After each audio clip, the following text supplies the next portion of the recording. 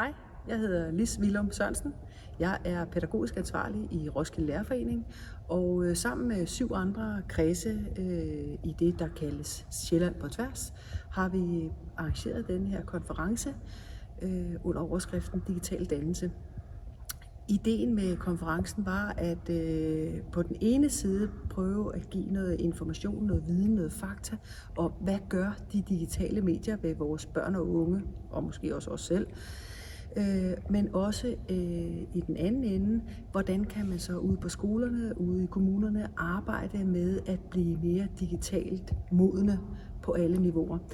Og den første oplægsholder var Imran Rashid, læge og foredragsholder omkring digitalisering og den digitale verden og dens indvirkning på os.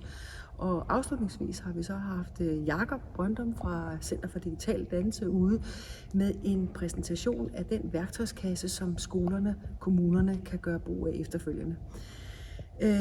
Værktøjskassen var et ekstremt stort bagkatalog af idéer, inspirationsværktøjer til samtale, til at lave politikker og retningslinjer ude på skolerne.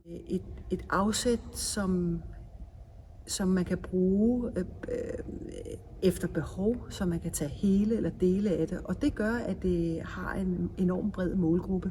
Nogle vil sige, at det her det er relevant for os, andre vil sige, at det her det er relevant for os, men alle kan få glæde af det.